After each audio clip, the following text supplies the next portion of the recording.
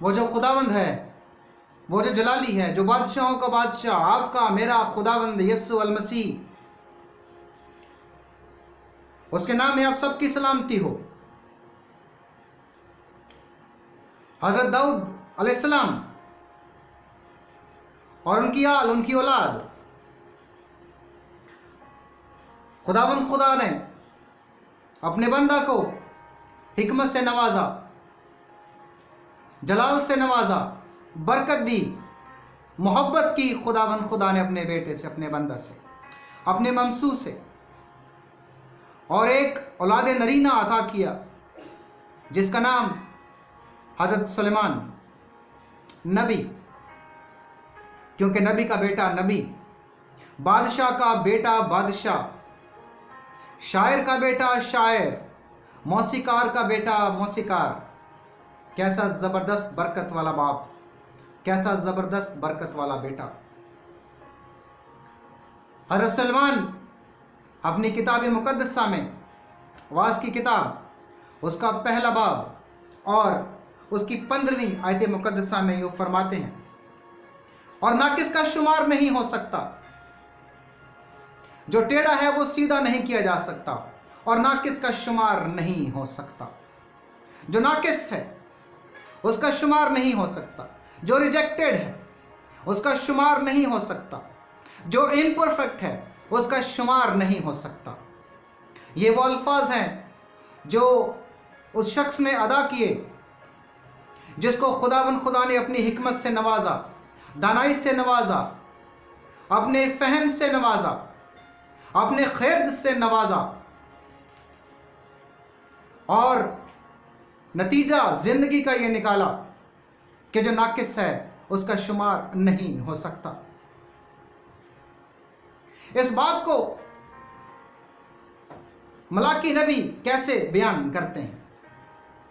پہلا باب اور 10ویں آیت مقدسہ میں رب الافواج فرماتا ہے، میں تم سے خوش نہیں ہوں۔ خدا کی آواز یہ ہے، ملاکی نبی کی کتاب، اس کا پہلا باب اور 11ویں آیت مقدسہ، 10ویں آیت مقدسہ میں یوں مرقوم ہے، رب الافواج فرماتا ہے، میں تم سے خوش نہیں ہوں اور تمہارے ہاتھ کا ہدیہ ہرگز قبول نہ کروں گا۔ وجہ کیا ہے؟ ریزن کیا ہے؟ وہ کون سی ایسی بات ہے جس کی وجہ سے خدا بزرگ و برتر یہ بیان، یہ فرما رہے ہیں کہ میں تمہارا ہدیہ قبول نہیں کروں گا، کیونکہ میرا ہدیہ جو میں گزرانے جا رہا ہوں وہ ناقص ہے۔ جو ہدیہ، جو نذرانہ، جو قربانی میں کرنے جا رہا ہوں وہ ناقص قربانی ہے۔ جو میں دینے جا رہا ہوں وہ ناقص ہے۔ جو میں پیش کرنے جا رہا ہوں بادشاہوں کے بادشاہ کو، بزرگ و برتر کو، قدیم الایام کو جو میں پیش کرنے جا رہا ہوں وہ تو ناقص ہے، وہ امپرفیکٹ ہے۔ وہ اس کو قبول کیسے کر سکتا ہے؟ وہ جو پرفیکٹ ہے وہ امپرفیکٹ کو کیسے قبول کر سکتا ہے؟ وہ جو کامل ہے وہ نامکمل کو کیسے قبول کر سکتا ہے؟ اور خداوند خدا اپنے لوگوں سے، اپنے بندہ سے یہ فرما رہے ہیں، رب الافواج فرماتا ہے کہ میں تم سے خوش نہیں ہوں اور تمہارا ہدیہ ہرگز قبول نہ کروں گا۔ وجہ کیا ہے؟ وجہ یہ ہے، پہلا باب 8ویں آیت مقدسہ میں، جب تم اندھے کی قربانی کرتے ہو تو کچھ نقصان نہیں، اور جب لنگڑے اور بیمار کو گزرانتے ہو تو کچھ نقصان نہیں۔ اب یہی اپنے حاکم کے نظر کر، کیا وہ تجھ سے خوش ہوگا اور کیا تو اس کا منظور نظر ہوگا؟ رب الافواج فرماتا ہے، اب ذرا خدا کو مناؤ۔ خدا کو منائیں۔ خدا کو کیسے منائیں؟ تاکہ وہ ہم پر رحم کرے۔ تمہارے ہی ہاتھوں نے یہ گزرانا ہے، کیا تم اس کے منظور نظر ہوگے؟ رب الافواج فرماتا ہے کہ ناقص کا شمار نہیں ہو سکتا۔ حضرت سلیمان نے بہت ساری چیزیں بنائیں، नौकर चाकर उसके घर में पैदा हुए। उसने अपने लिए महल्लात बनाए, बागात बनाए, चश्मों का जखीरा सिंचा अपने सल्तनत के अंदर, लेकिन वो इस नतीजे पर पहुंचा कि नाकिस का शुमार नहीं हो सकता।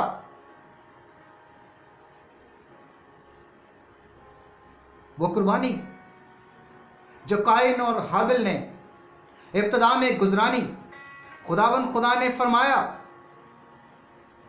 कि मेरे बच्चों, अपना हदिया मुझे पेश करो, मेरे सामने लेके आओ, मेरी बारगाहों में अपना हदिया लेकर आओ। लेकिन एक भाई का हदिया कबूल कर लिया गया और दूसरे भाई का हदिया रिजेक्ट कर दिया गया, और वो जो कबूल कर लिया गया वो कामिल हदिया, और वो जो नामकबूल ठहरा वो नाकिस हदिया, उसके दिल से वो हदिया नहीं दिया गया, इरादे से वो हदिया पेश नहीं किया गया, लिहाजा वो हदिया कबूल ना हो सका, क्योंकि वो नाकिस हदिया पेश करने जा रहा है एक ऐसे कामिल खुदा को, तो वो कैसे कबूल कर सकता था। आए हम भी अपने हदिया को कामिल करें, और कामिल करने के लिए हमें कामिलियत की तरफ जाना बड़ा ज़रूरी है। और कामिल करने वाला कौन है? पौलुस रसूल हमें यह फरमा रहे हैं पहला कुरिन्थियों 3 बाब की 10वीं आयत मुकद्दसा में, लेकिन जब कामिल आएगा तो नाकिस जाता रहेगा। हालेलुया! वो कामिल आ गया, वो कामिल जिसने कहा कि कामिल हो जैसे तुम्हारा आसमानी बाप कामिल है।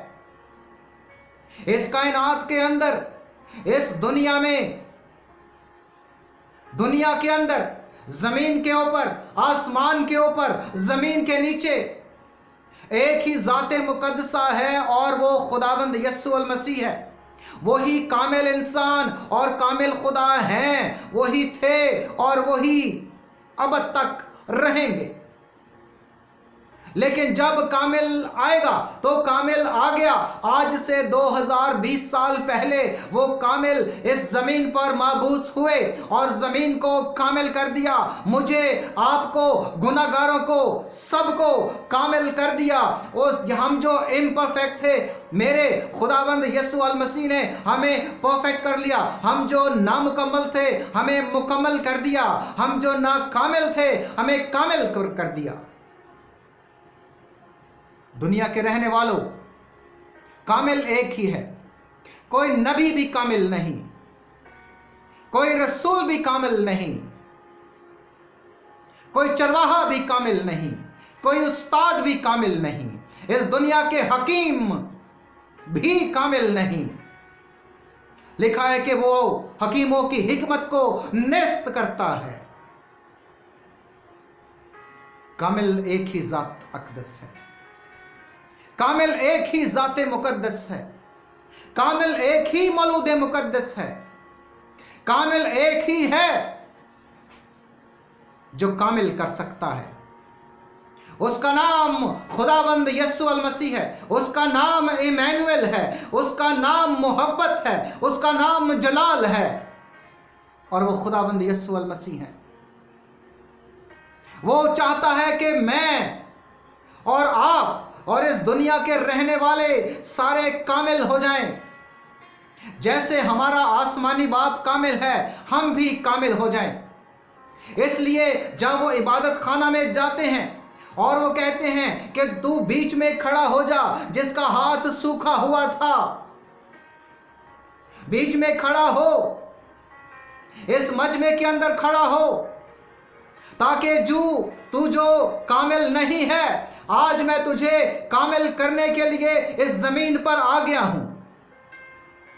और वह शख्स खड़ा हो गया, और मेरे और आपके खुदावंद यस्सु अल मसीह ने, जो इब्तिदा और इंतहा है, जो अल्फा और ओमेगा है, जिन्होंने कहा कि देख मैं मर गया था और अब जिंदा हूं और हमेशा तक जिंदा रहूंगा, उन्होंने कहा कि दरमियान में खड़ा हो जा, और वह शख्स खड़ा हो गया। और जो नामुकम्मल था वो कामिल बन गया। वो खुदाबंद यीशु मसीह के पास आ गया।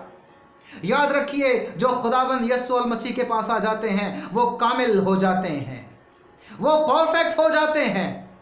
बेशक कोई इंसान परफेक्ट नहीं है, एक ही ज़ाते मुकद्दसा है और वो खुदाबंद यीशु मसीह है। लेकिन जब वो खुदाबंद यीशु मसीह के करीब आ जाते हैं, उसके लहू से धुल जाते हैं, उस ईमान में, उस शरीयत में शामिल हो जाते हैं, तो वो कामिल बन जाते हैं।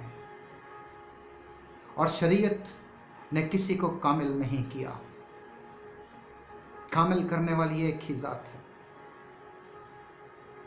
एक ही ज़ात है जो कामिल करने वाली है।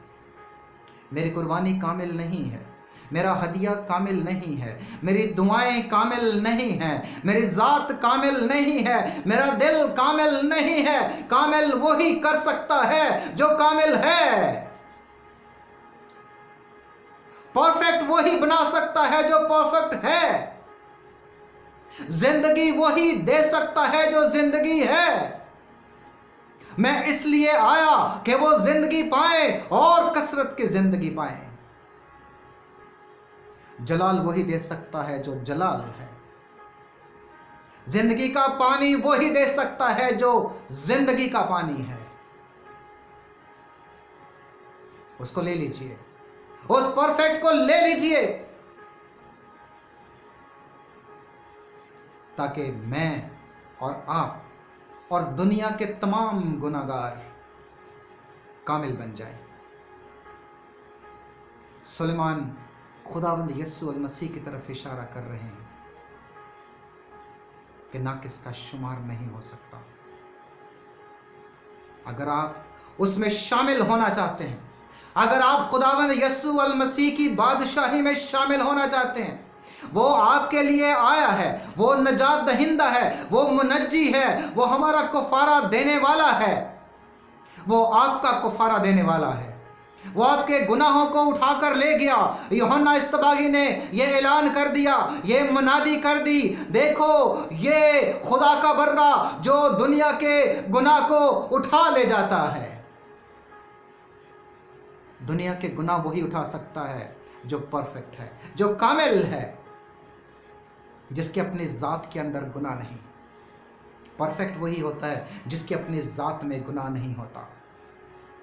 और खुदावंद यीशु मसीह ऐसे नबी, ऐसे उस्ताद, ऐसे मुअल्लम जिनकी अपनी ज़ात मुकद्दसा में गुनाह नाम की कोई चीज़ मौजूद नहीं।